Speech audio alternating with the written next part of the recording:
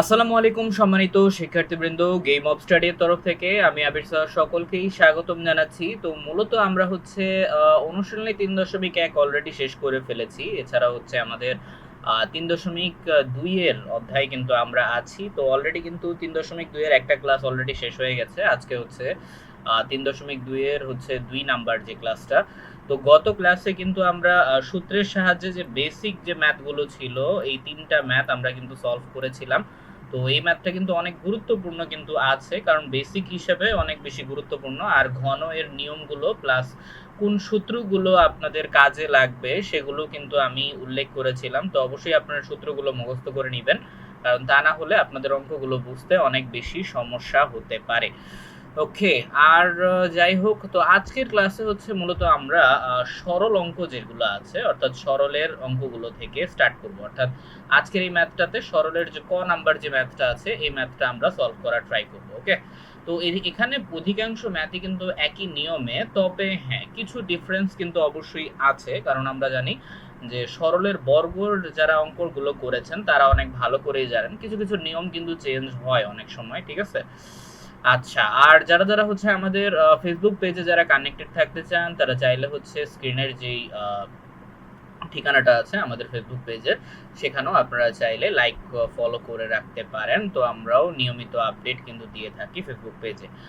ওকে, তো আমরা হচ্ছে সরল যেই নিয়মটা আছে সরলের ফার্স্টের ম্যাথটা আমরা করার ট্রাই করব। ওকে, তো আমরা প্রশ্নটা একটু দেখতেছি। প্রশ্নটা হচ্ছে আচ্ছা সবগুলো গুণ অবস্থায় আছে এবং বলা হচ্ছে যে 7x plus 3b whole cube minus 5x plus 3b whole cube minus 6x into 7x plus 3b তারপরে ইন্টু আছে 5x প্লাস 3b। আচ্ছা, এটাকে আমরা খুব ইজিলি চাইলে সূত্রতে কনভার্ট করতে পারবো, ঠিক আছে। আচ্ছা, চিন্তার কারণ নেই। তো আমরা হচ্ছে 2 এর যে ক নাম্বার সেটা সমাধানে যাচ্ছি। ওকে, তো 2 এর ক এর সমাধানের ক্ষেত্রে অবশ্যই হচ্ছে এটা তো আমাদের কোয়েশ্চেন, এটা তো তেমন বোঝানোর কিছু নাই। এবারে আমরা যে কাজটা করতে পারি, এবারে হচ্ছে আপনারা একটা রাশি হচ্ছে নরমাল ভাবে ধরে নেবেন, ঠিক আছে। যেমন এখানে একটা বিষয় খেয়াল করে দেখেন, এখানে কিন্তু এই যে 7x 3b, এখানেও কিন্তু 7x 3b আছে, ঠিক আছে। আবার এই যে দেখেন এখানে 5x 3b, 5x 3b।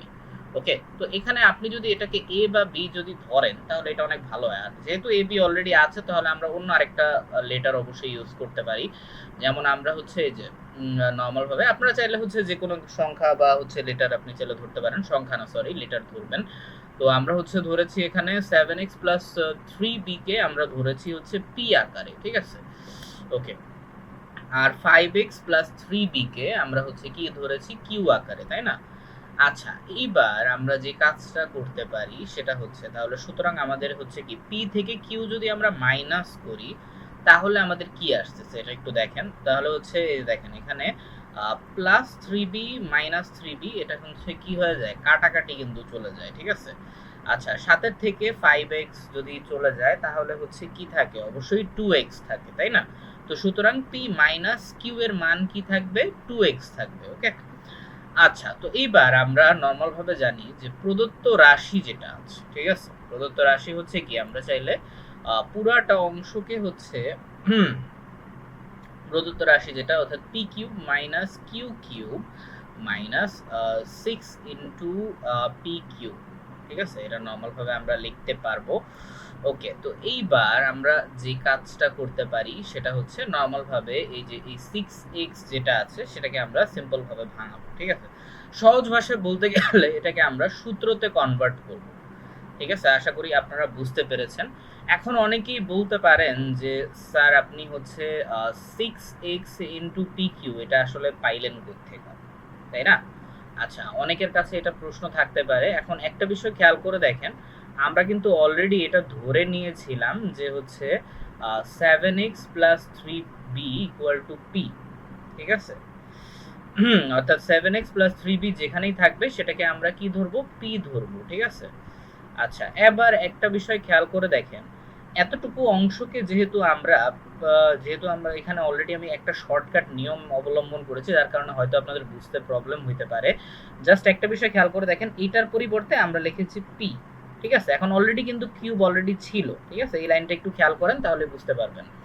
আচ্ছা, এরপর মাইনাসই থাকবে। এরপর এই 5x প্লাস 3b সমান আমরা কি ধরেছিলাম, কিউ ধরেছিলাম, তাই না? আচ্ছা, আমি মার্কিংটা উঠায় দিই, তাহলে বুঝতে সুবিধা হবে।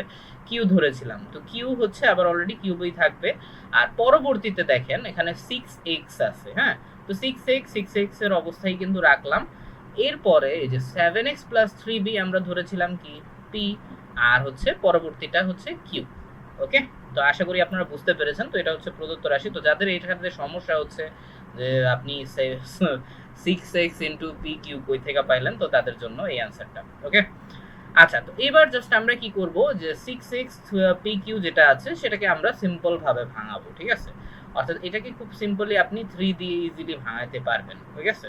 কারণ যদি আপনি 3 দিয়ে ভাঙান তাহলে কিন্তু সূত্রতে কিন্তু ইজিলি কনভার্ট হয়ে যায়, ঠিক আছে? আচ্ছা, যেমন হচ্ছে এই যে দেখেন P cube minus Q cube, অর্থাৎ নর্মাল ভাবে ওই যে মাইনাসের যে সূত্রটা আছে, অর্থাৎ এ কিউব প্লাস বি কিউবের যে সূত্রটা আছে, normally A cube minus B কিউবের যে সূত্রটা আছে সেটার কথা বলা হচ্ছে। তো P cube minus Q cube, এরপর হচ্ছে 3 পি কিউ, আর হচ্ছে আমরা যদি এখানে 2 যদিও আছে এখানে, তো আমরা যে কাজটা করতে পারি সেটা হচ্ছে এখানে একটা বিষয় খেয়াল করে দেখেন, যে এখানে এই যে পি মাইনাস কিউ সমান আমাদের কত ধরেছিলাম আমরা, এই যে এখানে মান কিন্তু বের হয়েছিল, পি মাইনাস কিউ সমান হচ্ছে 2x ধরেছিলাম, ঠিক আছে? ওকে, তো 2x এর পরিবর্তে আমরা হচ্ছে এটা লিখতে পারি, ঠিক আছে? আর এটা কি আছে, রাশিগুলো গুণ অবস্থায় আছে, তাই না? ওকে, এখন একটা বিষয় খেয়াল করে দেখেন তো, এই পুরাটা কিন্তু একটা সূত্রতে কনভার্ট হয়, অর্থাৎ a মাইনাস বি হোল কিউবের সূত্রতে কিন্তু কনভার্ট করা যায়, যেটা আমি একটু আগে মেনশন করেছিলাম। তো এখন যদি করি তাহলে p মাইনাস কিউ আমাদের হচ্ছে মানটা হচ্ছে কত, এই যে 2x, তাই না? 2x কি কিউব করলে আমাদের এই যে অ্যান্সার কিন্তু চলে আসে, অর্থাৎ 8x কিউব, এটাই হচ্ছে আমাদের অ্যান্সার। ওকে, তো অঙ্কটা একটু ভেজাল মনে হইতে পারে, তো আমি অবশ্যই আপনাদের রেকমেন্ড করবো আগে আপনারা পুরাটা অঙ্ক তুলে নেবেন, ঠিক আছে? খাতায় অবশ্যই আপনারা নোট করবেন প্রতিটা ম্যাথ, তাহলে আশা করি আর সমস্যা হবে না, ঠিক আছে? ওকে, কারণ আমি যদি এখন করে বুঝাইতাম তাহলে আপনাদের অনেক টাইম লেগে যেত, ভিডিওটা অনেক লম্বা হয়ে যেত। তো আশা করি আপনারা বুঝতে পেরেছেন। তারপরেও হচ্ছে এই সরল ম্যাথগুলো অবশ্যই করার ট্রাই করবেন, সেগুলো আপনাদের জ্ঞানমূলক এবং হচ্ছে সংক্ষিপ্ত প্রশ্নতে আশা করি অনেক বেশি কাজে দিবে, ঠিক আছে? ওকে, তো এই ছিল 2 নাম্বারের যে সরলের ক নাম্বার যে ম্যাথটা। ইনশাআল্লাহ আমরা পরবর্তী ক্লাসে হচ্ছে খ নাম্বার যে ম্যাথটা আছে এটা নিয়ে আলোচনা করব, আর এটারও সমাধান আমরা দেখব যে কিভাবে আমরা সাজিয়ে গুছিয়ে সুন্দরভাবে করতে পারেন, সেই বিষয়টা নিয়ে আলোচনা করব। ওকে, তো ততক্ষণ পর্যন্ত আমি আবির স্যার তাহলে আজ এখান থেকেই বিদায় নিচ্ছি। ধন্যবাদ সকলকে।